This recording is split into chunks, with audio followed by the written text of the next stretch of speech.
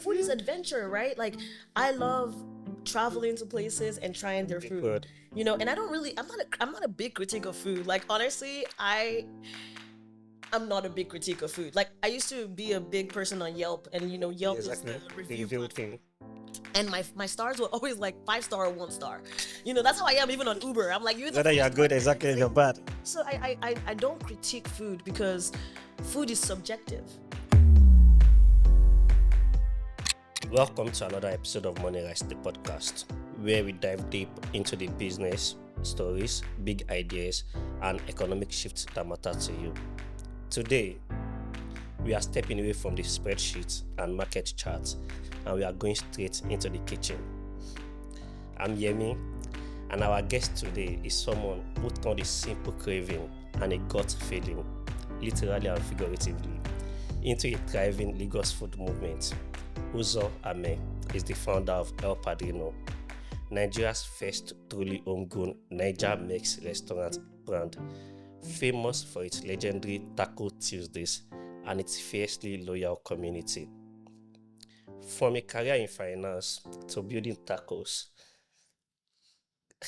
as cultural icons, Uzo's stories isn't about food. It's about risk, resilience, and making profit work for passion in an unpredictable economy, especially in Nigeria.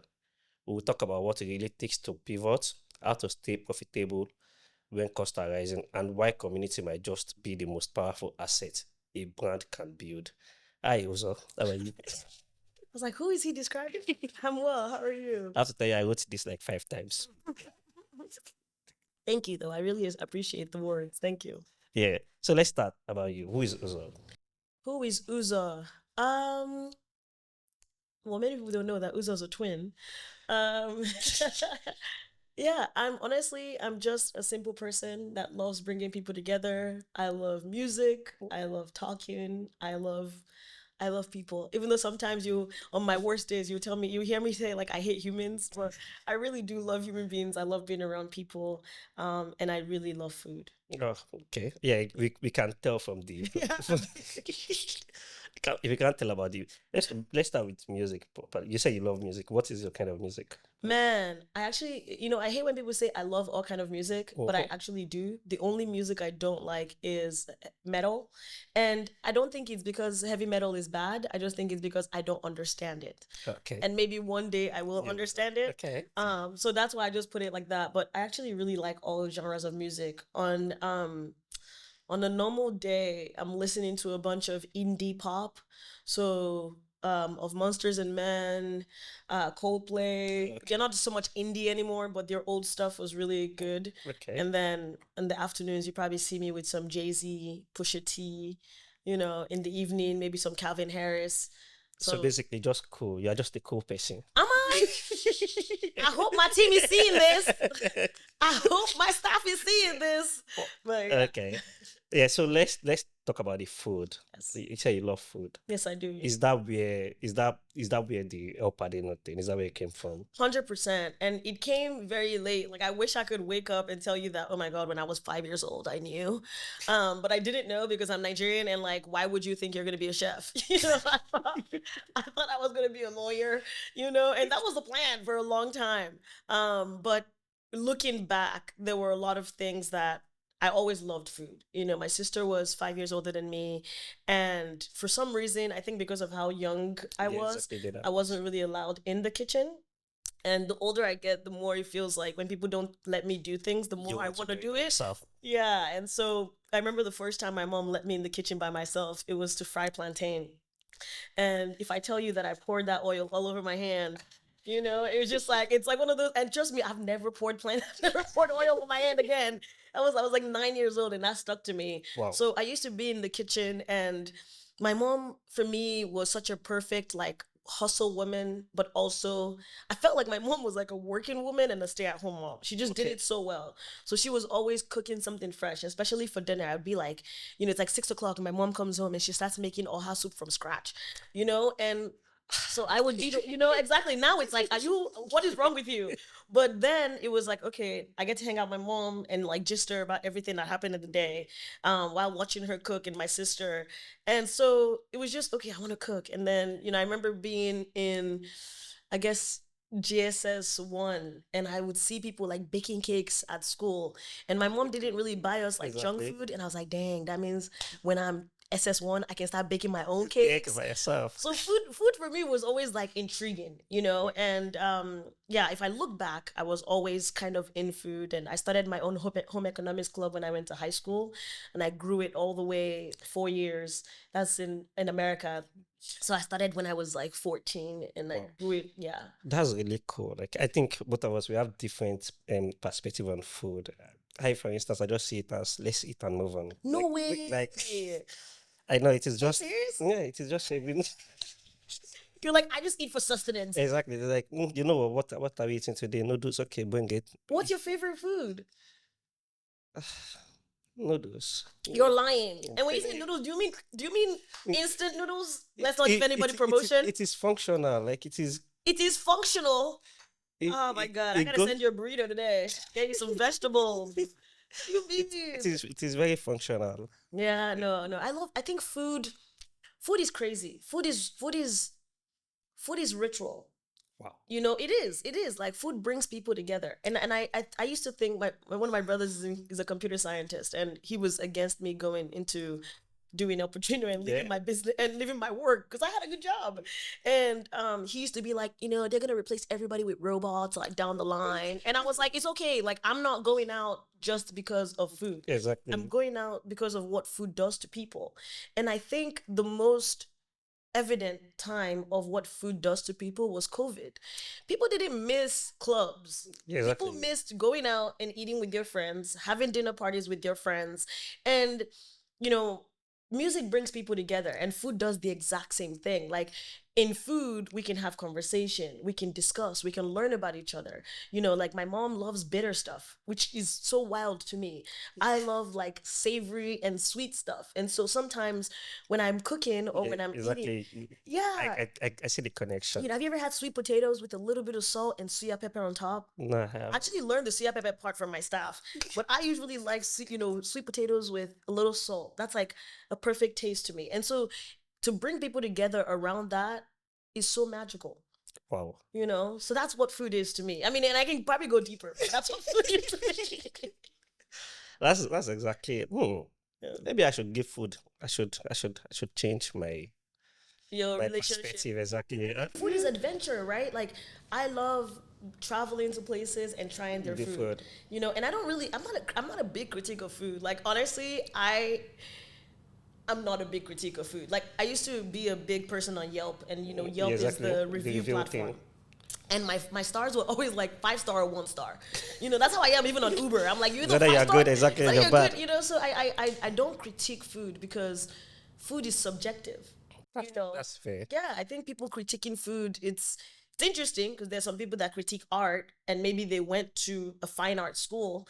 But I think food, we see people that critique food and it's like, you studied psychology, Why are you And talking about food? it's not even why you're talking about food. It's like, it's somebody's expression of themselves, And it's like, how do you judge somebody's expression of themselves?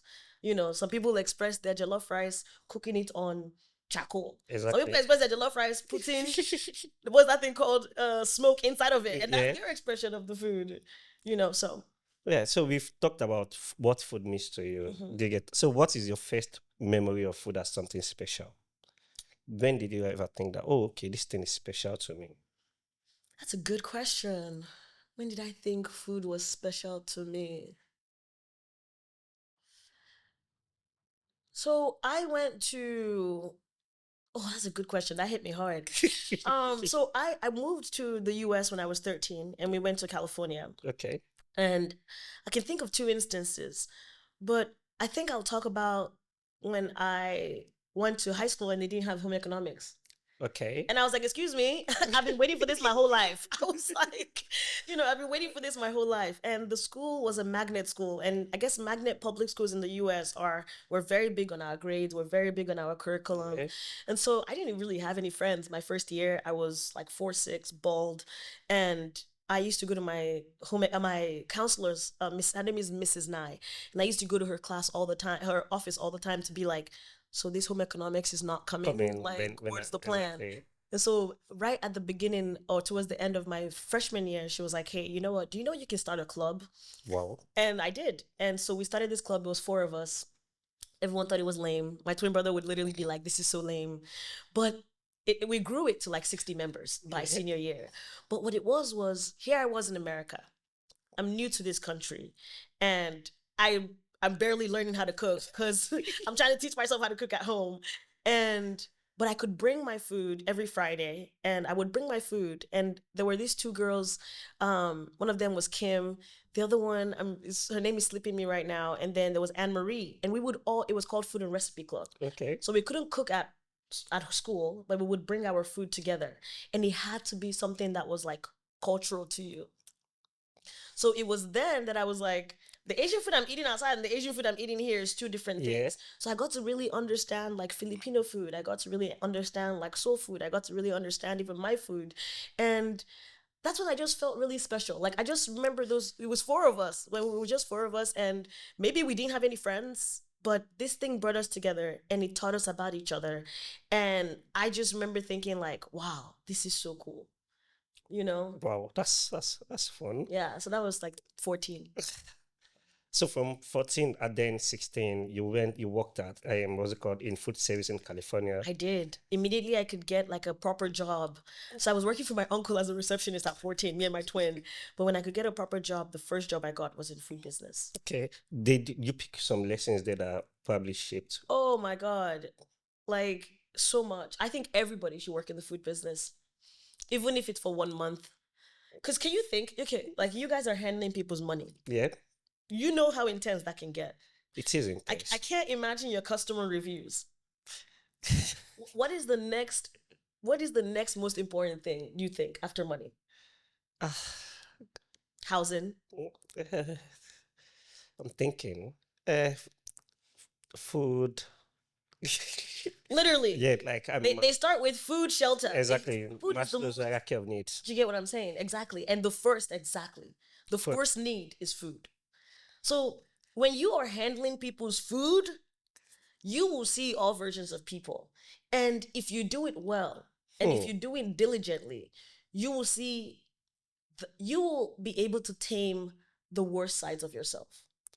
Wow. So it's like, if you understand customer service, you imagine just like, you spent all day making this cup of coffee. And I worked at a coffee place for a while. You spent all day perfecting it, and someone just comes, take a sip, and they're like, this is trash. And you have to look at them and be like, you're probably right. You have to be like, you're right. This is probably trash. How can I make that better for you? And some people are just like, I don't want it. This is so whack. This is why I didn't want to come here in the first place. And you're like, you're right. And the whole time you're just like, this person is killing my soul. You know? And so for me, I learned the importance of customer service in food. I learned the importance of teamwork everywhere in food. I learned the importance of leading with the servant's heart in food. I think it's very hard, and I would be wrong. Maybe Nigerian scene is a bit different, but it's very hard to see people that worked in food and are not humble. I don't mean like you can't be confident, exactly. But humble in terms of, my friend said to me on my birthday, she's like, I think your restaurant personality and your personality are now one, because I don't know how to put myself first a lot of times. Uh-huh. It's not, it's a bad thing. She was not saying it as a compliment. And so that's what I've learned. I've learned to really, really put myself back. I'm in many times, but then I find ways to put myself first. Yeah. I don't neglect myself, but it's a problem I'm working on, actually. So I do service a little bit too much. That's too much. Like, this is philosophical. I'm learning so many things. No. It's like people hate when I'm like, I'm going to make my kids work in food. But I was saying that even before I knew I was going to work in food forever. I just remember being 16, 17, 18, 19. I worked in food. This is my 18th year working in food. Wow. So it's evolved who I am as a person. And it's so funny because, people be like, oh, Nigerian customers. And I'm like, guy, you haven't dealt with. You know, Nigerian people don't even know customer service. When you know customer service and what you can get away with customer service, maybe we'll come with a half-eaten burger and you're like, my burger was raw. And you're like, you ate the whole thing. Well, you can't say it to them, right? You have to just say apologize and say, yeah, we are sorry. and food, it's like food really teaches you, like, if you get a disgruntled customer and turn them into a good customer, they're your best friends. That's actually my favorite thing. I just actually had one last week Tuesday, and it's my favorite thing to do. I love doing it. Wow, that's Some people are just mean, and you need to leave them alone. It's not, I tell my team, I don't think the customer is always right, but I do think the customer comes first. that makes sense actually, because even the entire quote is not that customers are Exactly. They didn't say it, and yeah. So after 16 and working on this thing, you then moved and worked in finance for a bit. Yeah. Finance is very good because there's money in finance. There's like money. there's also certainty. You know that, like The title. exactly. There's English. there's a career part. There's life is good. Very finance, especially like working in finance in the US. You probably get the corner office on there. No, I was working finance in Nigeria. Oh, okay. I moved back to Nigeria for this. And there would be no El Padrino if I never moved back. Okay. Yeah. That's interesting. That's a plot twist you didn't see coming. So I was working in food leadership. At that point, I started opening up restaurants. So I was finally like in the corporate of restaurants. Okay. And so in 2014, I was on the road opening restaurants for like 150 days in America. Wow. Yeah, and so I got this job offer. I had actually gotten the job offer the year before, and then I got another offer in restaurants, and I was like, let me try this out. And so I moved back to Lagos in 2014, and I came into, finance, and it was like, I hadn't been back since I had left in Nigeria. Yeah. I hadn't been back except for 1 month, which was not a cool month. It was terrible. So it didn't make sense why I was moving back. Like, everybody was just like every time I tried to move to Nigeria, everyone's like, what is going on? Like, and honestly, I think you're right. Now I think it's spiritual. I'm like, somebody called me back here. It don't make no sense. But so I came back, and honestly, working in finance, I remember calling my brother, and I was like, I feel like I'm Wolf of Wall Street. It's like, it's like, and finance now, targets, NPR, meetings, Exactly. like, adrenaline, and it was crazy. Like, part of my work was in BDC. I was like, what is going on here? And it was awesome. It was awesome. And I think I did well in it. It wasn't because I wasn't doing well in it. And my life started to make sense to my parents. Oh. My father was like, yes, this communication major is making sense. You can go and That's my dad. I know, like, it's like you can do that. And it was great. It was great, but it wasn't at that time, it wasn't necessarily for me. Okay. Yeah. That's fair. And we're still good people, I still try to work with them and things like that, but yeah. So what was now the haha moment that, you know what, I'm good at this, but I could be doing something else? Yeah. So, the first time I was supposed to come, I didn't come. Like, really, like, maybe like a month before I was supposed to start the job, I didn't come. So the second time I was like, guy, I have to make this thing work. I was like, I got to come. So I did come, and I just remember like a lot of my friends in America just being like, this doesn't seem normal. Like, even my family, like, we're just like, what are you doing? So I showed up, and I was really, and then the company I was working for, they had been calling me back the whole time. They were just like, what's good? Even they were like, we are waiting for you. He's like, when you break up with somebody and they're like, this is not the real breakup. This is our first breakup. They thought that. I didn't think that. So they were calling me to come back. And I was like, no, I am now a career corporate person, guy. But the career corporate person was just not at that time meeting me. And the thing is, in food, you're empowered. And this is what I try to do with my team. But they actually are better at it than I am because I overdo. I love solving people's situations. The thing with food is like, there's two options. When this food comes back, customer complaint, there's two options. I can either convince you to get another meal, or I can give you a refund. Yep. But 9 out of 10 times, I can solve that issue immediately. So imagine you've been doing that since you're 16. You're now 24. You have never dealt with corporate politics. And so the first thing I did, I did deal with a little bit of corporate politics, but Nigerian corporate politics. And then have to, like, somebody's like complaining about something, and you're sending an email that needs like 10 approvals, but 3 people are in the sky, and like 4 people are in another AGM. And it was just the I didn't like that. I just really felt like, and you don't understand, like customer service to me is Important. Like, is too important. Like, Yep. you know, like, and even when I go to other people's businesses, generally I try to hold them to a nice standard, you know, but I was just like, no, I can't be sitting here all day. And so somebody's gonna be like sending me emails and complaining for the next 6 hours, and all I can say is sorry, ma. Sorry, ma. Yeah. I promise you I'm gonna work on this. Sorry, ma.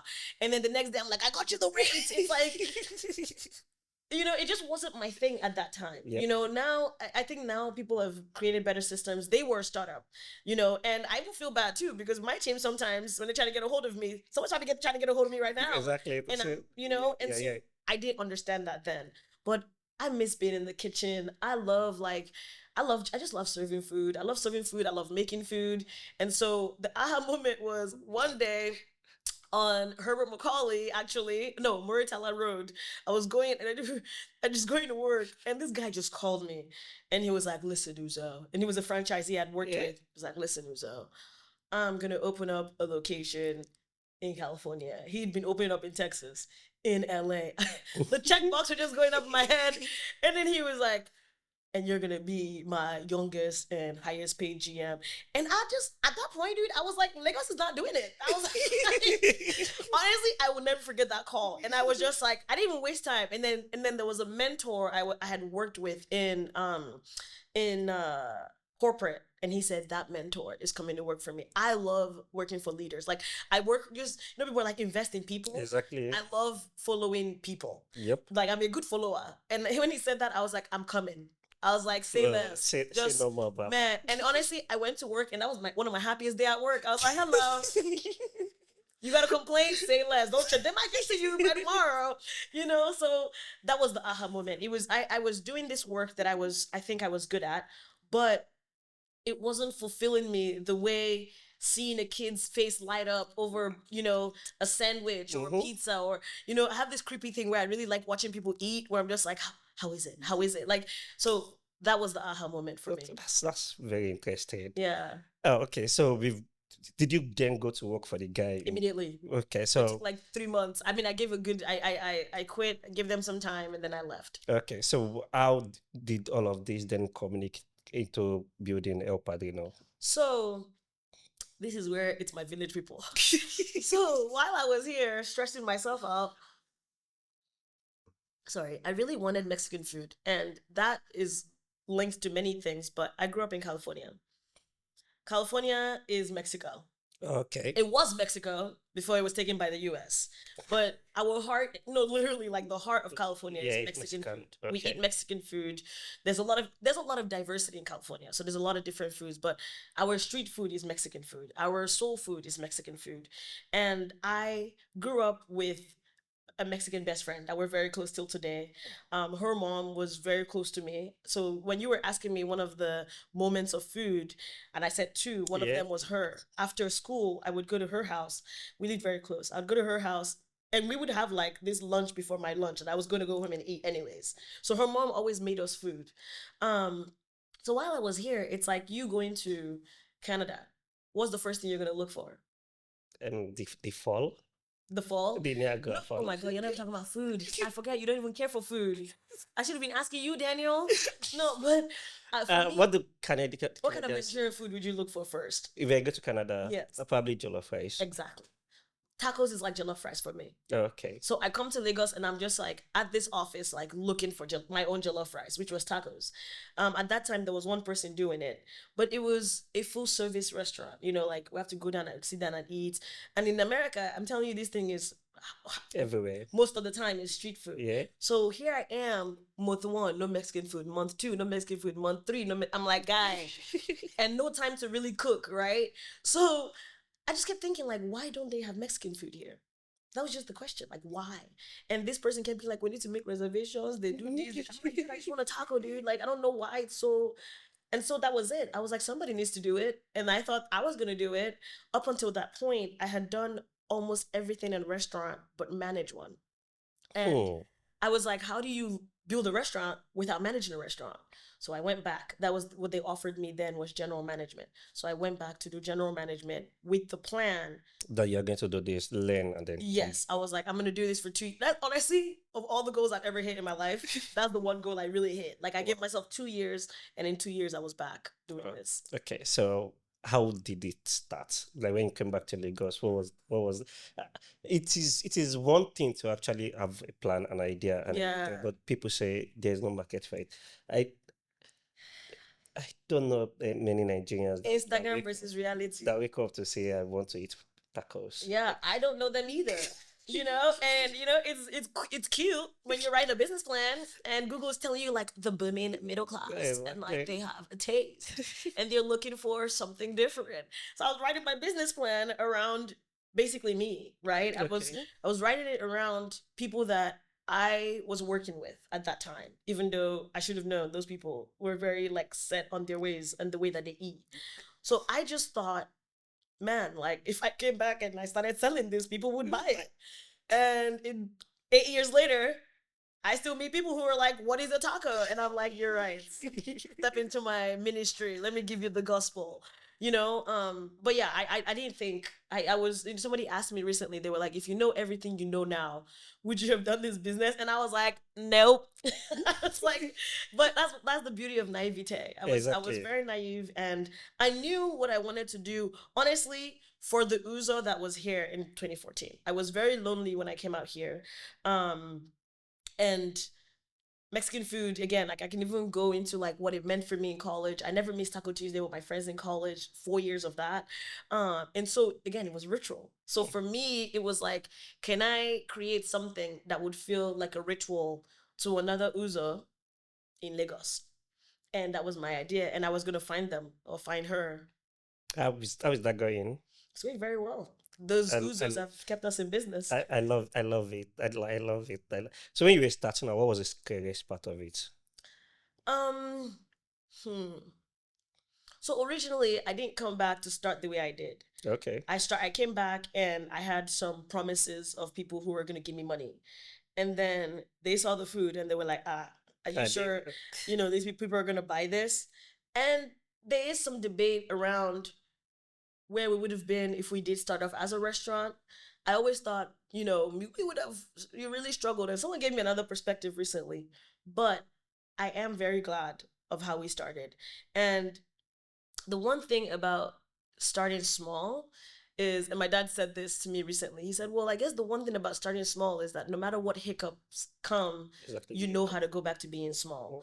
And so for us, yeah, we started in the kitchen and we just started doing deliveries. And there were days where I had this guy who was my PA who eventually grew to be my team lead, stayed with me for 5 years. And some days we were just like this, looking at each other like, oh, should we do more research on Japanese food trucks? Should we do more research on all the co-working spaces? No, it was like that though. And it's like, if we had one order, it was just like, this is the greatest day of our life. And it still feels like that till today. Like if we have one order, we don't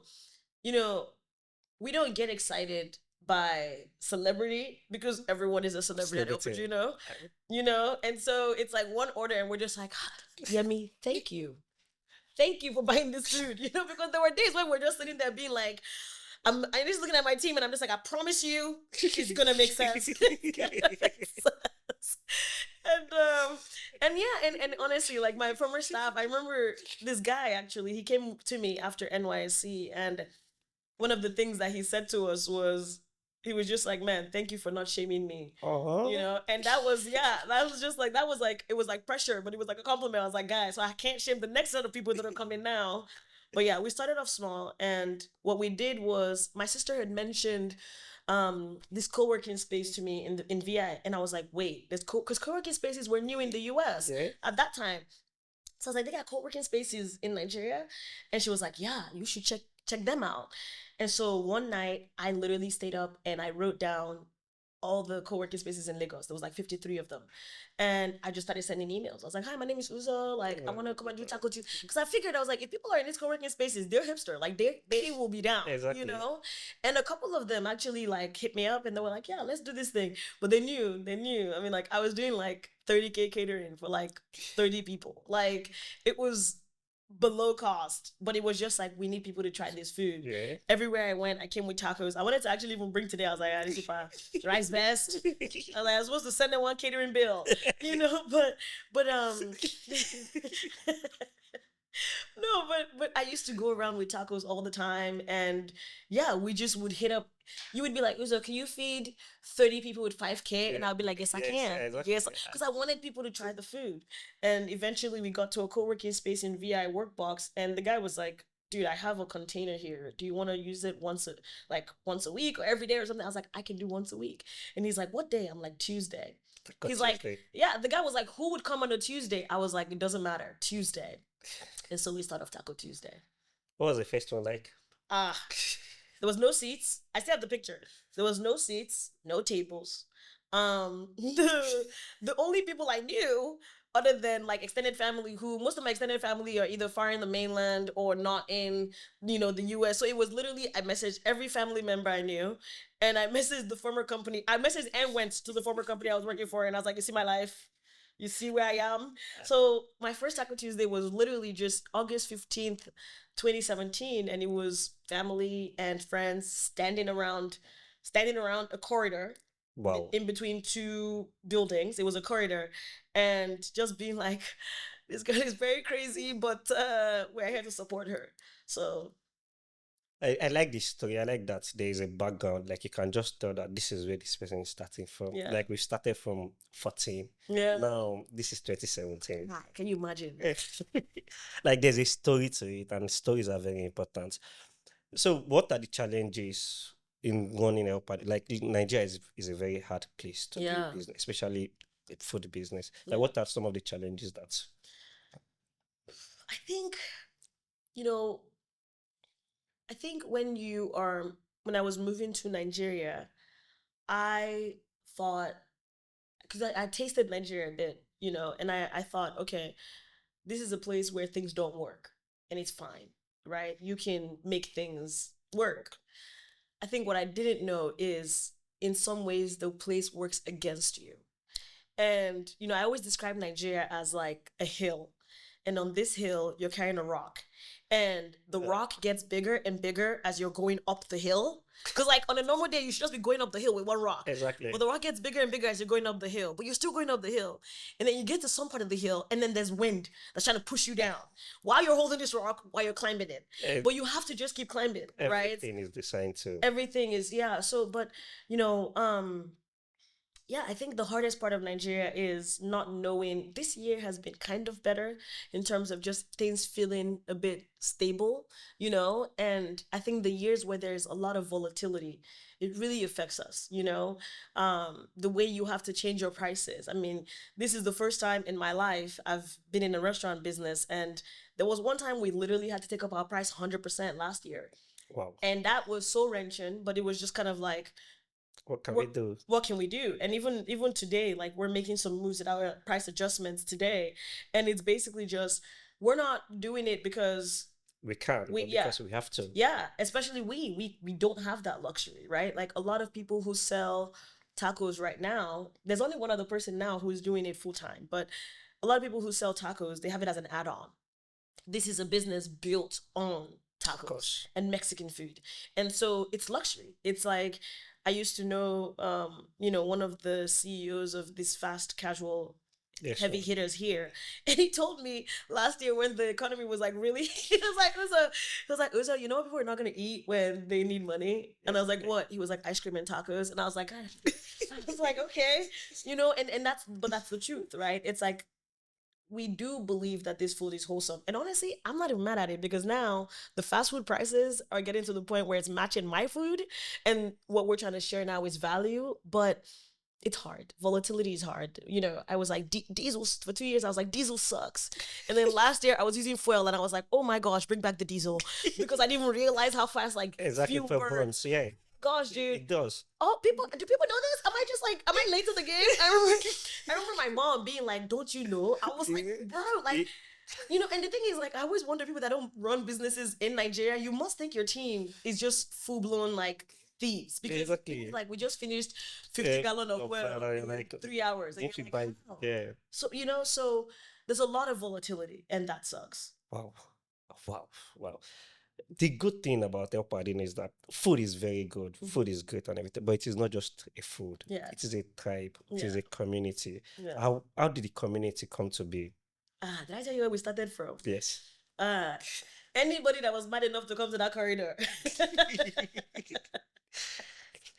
And that's the answer, right? Like, the answer is that corridor, and that corridor is still carrying us. It's still really heavy. Like, that's what I'm saying. I found my Uzos, right?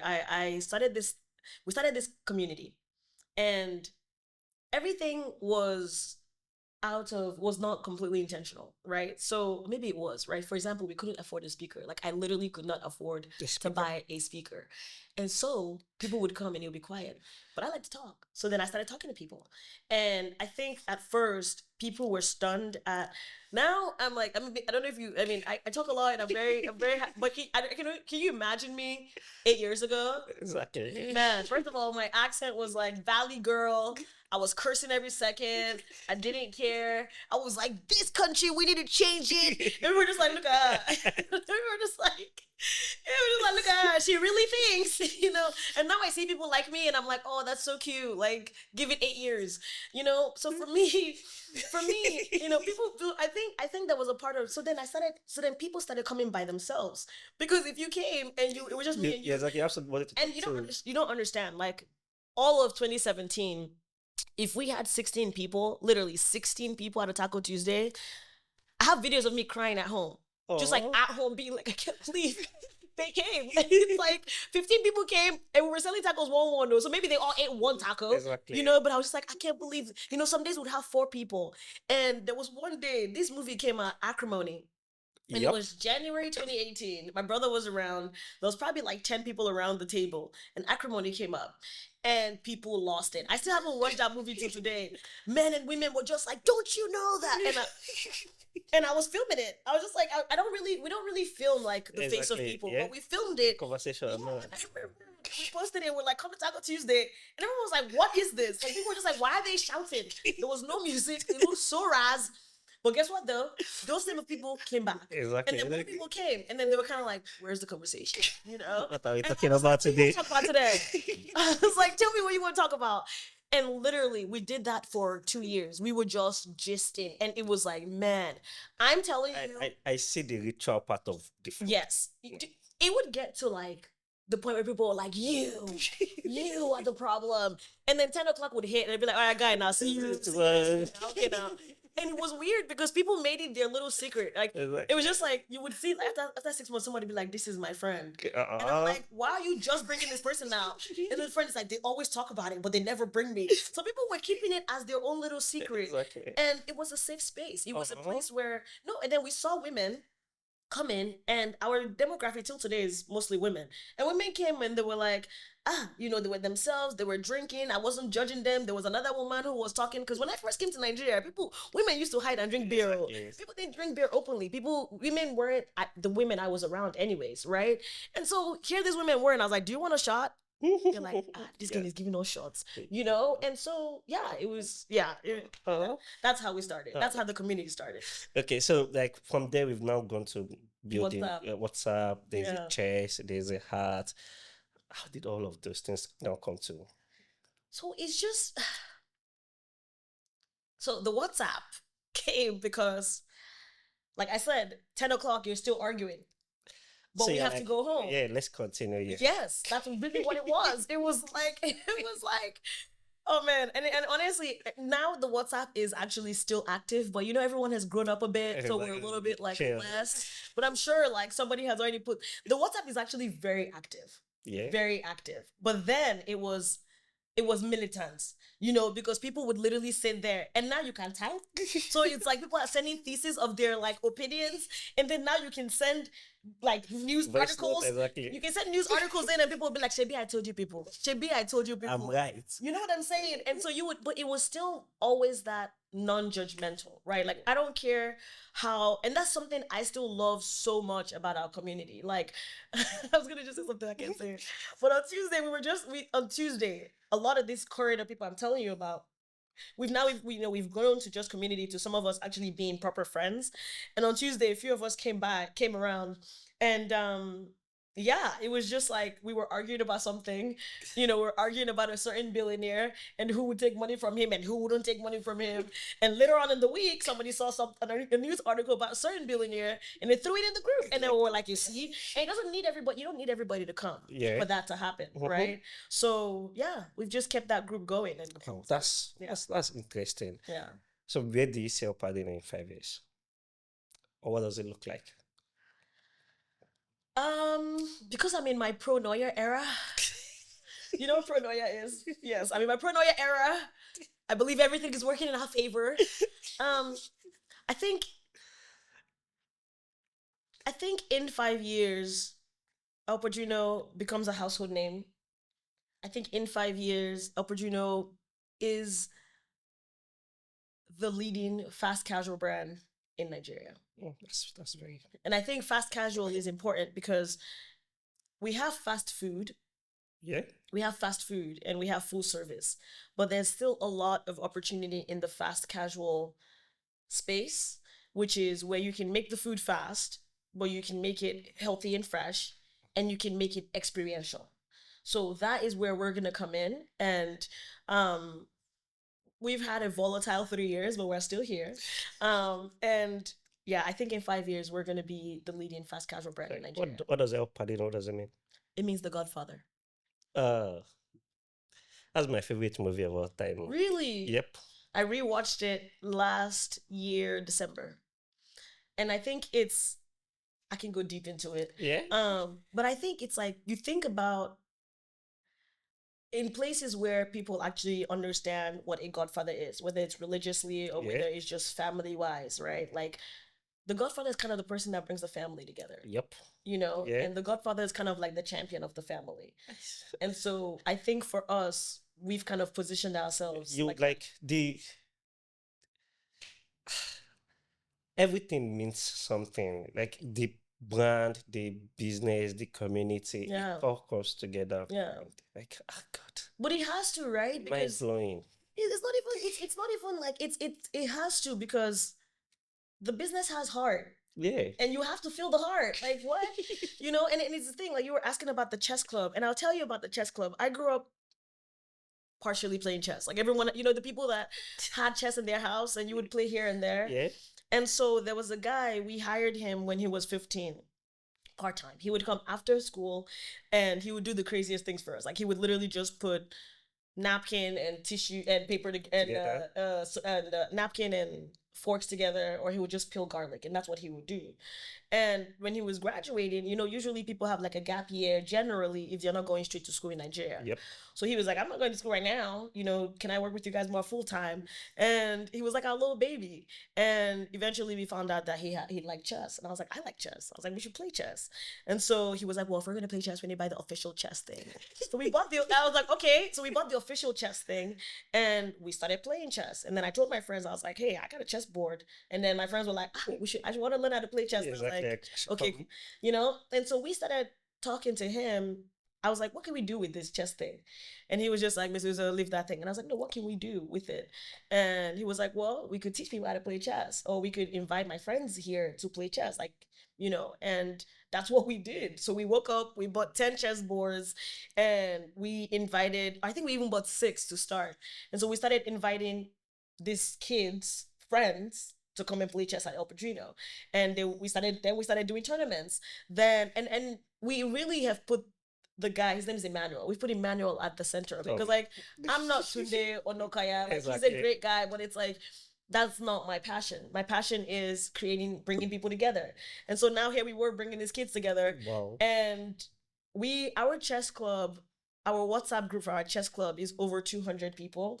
Our December tournament, we're fully online right now, and our December tournament online had 250 Wow. students participate. Wow. So it's like, and it's beautiful because now we have the students who are like, I'm graduating and I need a job. And I'm like, I know where you can work. Like, and that's been helpful. We've hired like 3 people, through the chess program. And some people are like, oh, we want to go on a tournament. Can you pay for it? And we pay for it and then wear our shirt and it's cool. And I mean, chess teaches people strategy. Yep. Right? Chess teaches kids strategy. And so what better way to let people know about our community, let people know about our food, but also empower the community than with chess, And so we did that. And then it was like, that's too serious. And I'm friends with this guy, Dricky. And I hate sipping pain. Like, not that I hate it, but I'm one of those people that I wonder why I haven't done something. Yeah. So I was talking to Dricky and I was telling him, I was like, there's something in sipping pain. I just don't know what it is. Like, we need to do something in sipping pain. And he was like, all right, let's talk about it. We talked about that thing for like 6 months or more. And one day I just hit him up and I was like, Padrino's Art Club. And he just was like, I'm down.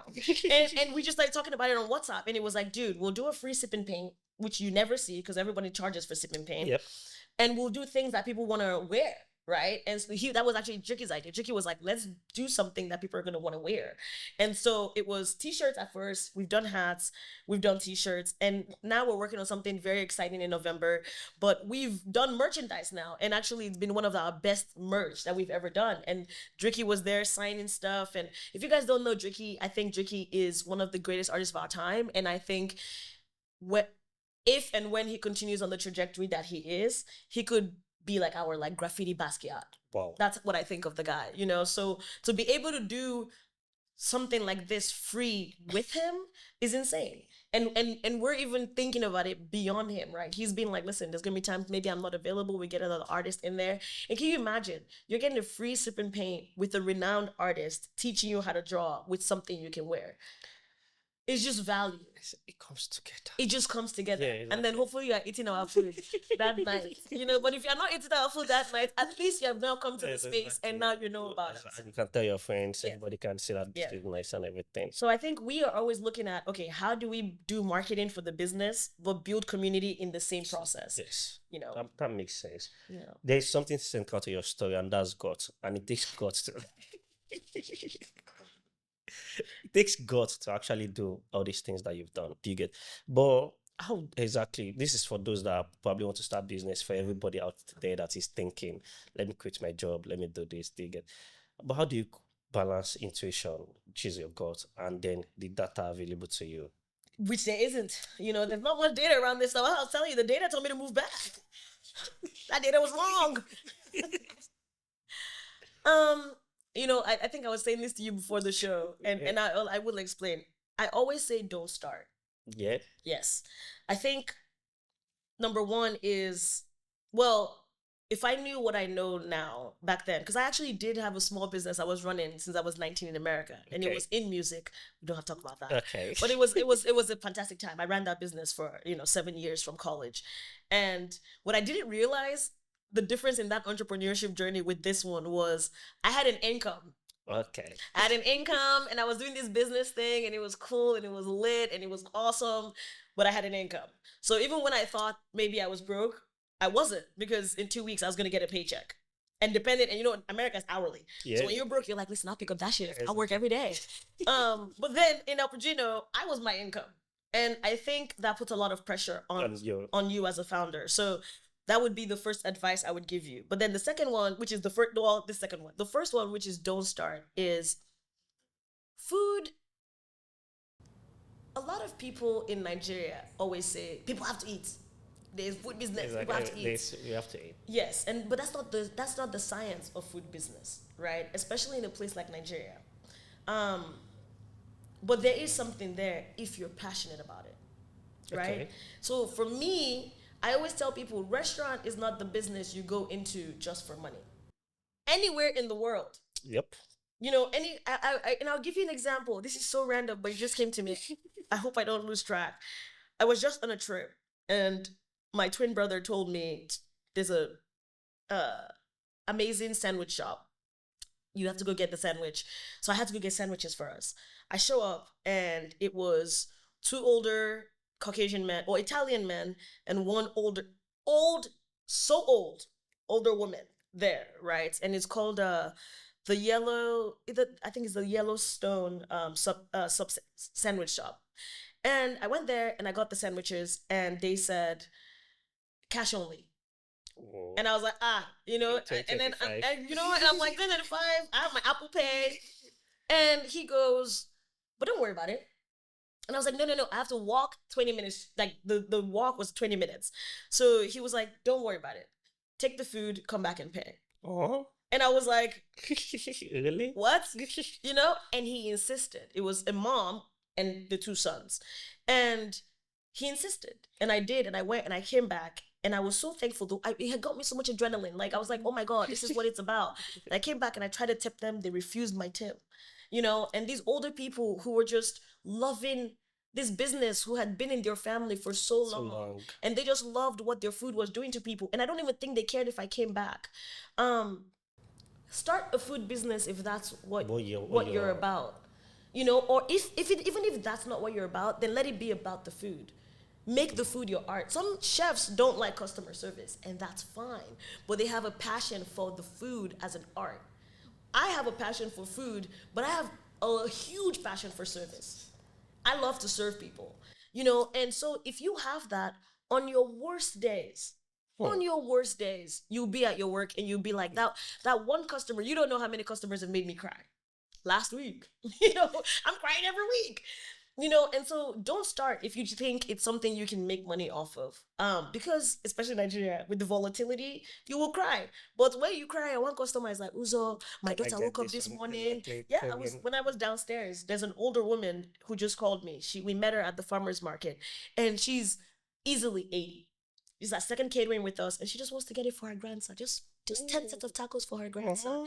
And she's like, I'm sorry for bothering you. And I'm like, Ma, no, you're not. And it's I don't know. So I just feel like if you don't have the passion for it, a lot of people see restaurants in Nigeria, and what they're really seeing is a club. And you're going to make money if you're a club. Undoubtedly. There's like markup. There's markup, there's alcohol. And what you see is a lot of resto clubs in Nigeria. And so people think that that's what the restaurant business is, but it's not.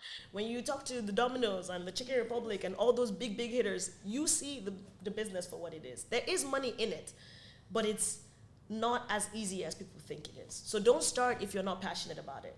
Oh, okay. That is... I've learned so much today. Do you know how many people have like threatened to beat me up, trying to slap me over a taco? And you're gonna quit your job to go and sell that. Don't do that. That's why I said it's mental illness. And you have to sit there and be like, sir, don't slap me. Sir, I'm so sorry. Sir, I will give you the food and delivery for free tomorrow. So describe your perfect taco in 3 words. My perfect taco. 3 words.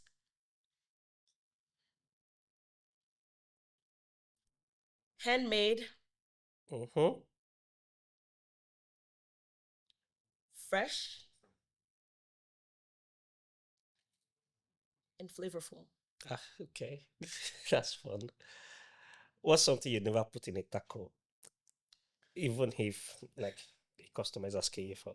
Even if a customer is asking me for it in a taco. So anything we have in our menu, you can actually personalize. Okay. So people realize when they go to other restaurants, they're like, they don't let us customize. And I'm like, think it's beans? What is something I would never put in a taco? Honestly, God, I don't know.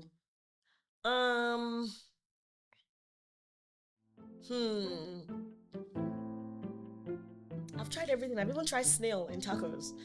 So what is something I would never try in a taco? What did that taste like, snail in tacos? That one was, I did it only once, and I was talking to my team about us trying it again. The person that I made it for enjoyed it. It was my cousin, but I thought the textures were too weird, textures. But I think we're going to play around with it, actually, and see what we can do for a pop-up. What's the one thing I don't want in a taco? I don't know. I really don't know. I mean, I eat, like, one of my favorite burritos are what they call California burritos. Okay. And it's a burrito with French fries inside. And that's like pretty good.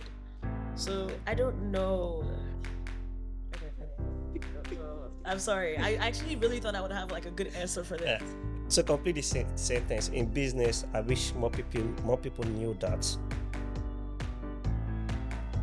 You should hire a lawyer first. Ah. Too deep. So that's the first thing people should know. Yeah. I think in business people should always have a legal advisor. Most of the mistakes I've made have been when I have not taken legal advice I was given.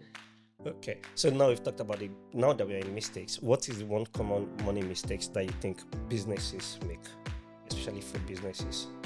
One common mistake: hiring an accountant too late. So your lawyer is important, your accountant is important. Very important.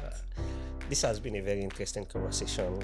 Thank you very much Thank you so much for having me. for coming. Like, I have to say, it has been a pleasure. And Daniel, thank you for putting this together. Once again, this is the MoneyRise the podcast, and if you are listening to this, it is brought to you by RiseVest. RiseVest is your number one dollar investment platform where you can buy stocks, fixed income, and real estate. Also, everything you want is coming, and it is coming soon. Watch out for this space. Thank you very much. Thank you so much, Yemi, for having me. All right.